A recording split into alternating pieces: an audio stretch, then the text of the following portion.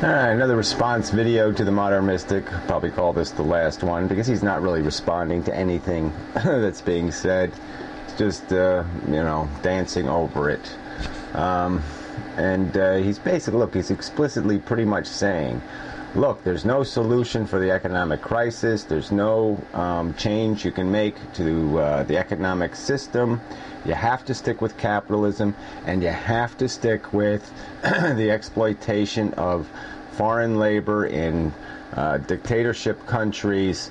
There's no other equation that works here. You have to allow this capital thing to chase exploitation and to feed off of that exploitation, and that's the only economic system you can have.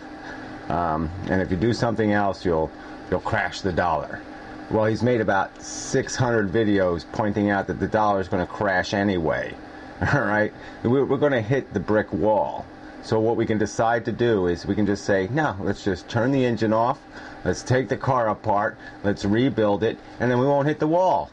And there is a way to do that. There is a button we can press where the little parachute thing will pop out of the back of this thing, okay, and it'll make us stop, and it's not going to be a pleasant stop. We're not going to have a good time. I mean, our wine is going to spill, and there'll be a little collateral damage. But the point is no, we don't have to just crash into the stupid wall and then just perpetuate. And as Nick makes it clear, he's suggesting that the only way to save ourselves is all work for $1.50 a week. Right? That's it. You want to save yourself? Yeah, reduce, just try to compete with the most desperate people on earth, because that's what the capitalists demand. Bullshit. We don't have to be controlled. Economies don't have to be controlled by capital held in private hands. All right? It's just surplus gleaned from people through extortion contracts for decades, for centuries.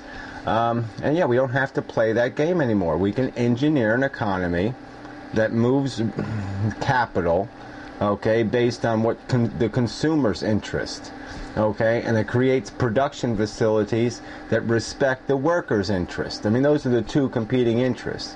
And government fails because it gives the unions too much power. Capitalism fails because it gives the consumer and the exploitanist too much power.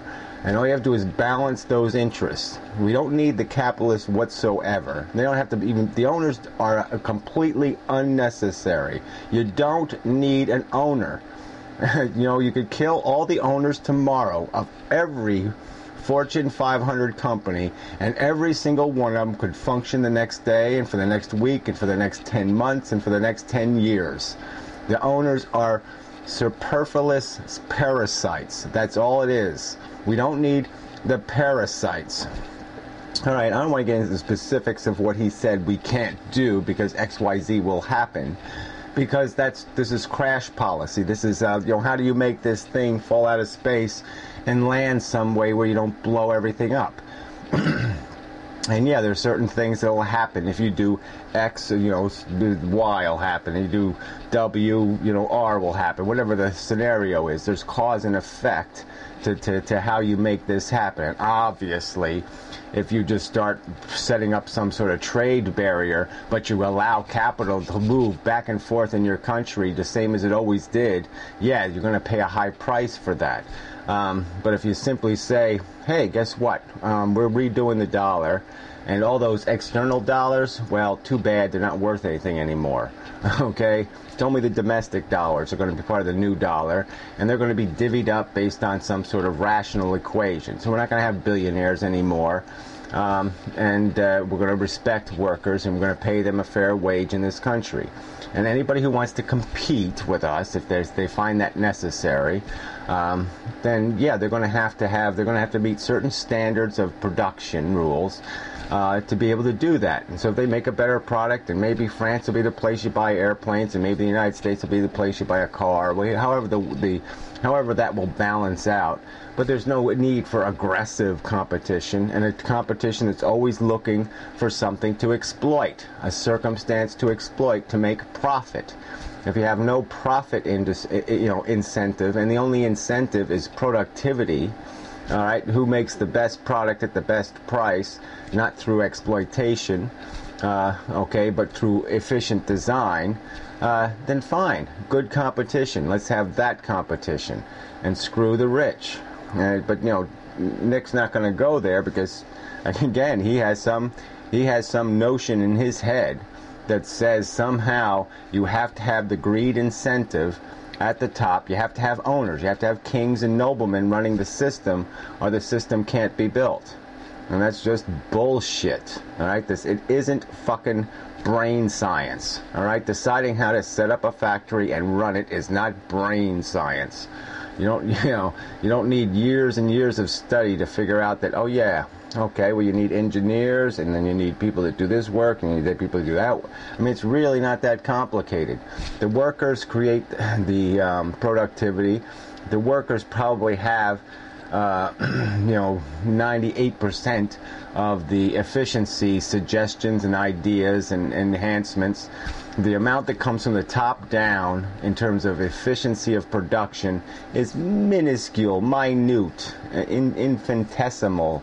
You couldn't fit it between my damn fingers. They're useless parasites. And Nick's never going to deal with that fact. He's just going to keep evading that fact that real productivity comes from workers. And the only thing you need to balance is the selfish interest of consumers for the cheapest product and the rights of the workers to get a fair return on their labor. And you can do that by just getting rid of the extremes. Just get rid of the excess profit. Keep the incentives within a rational range, and create fair rules of the game, period.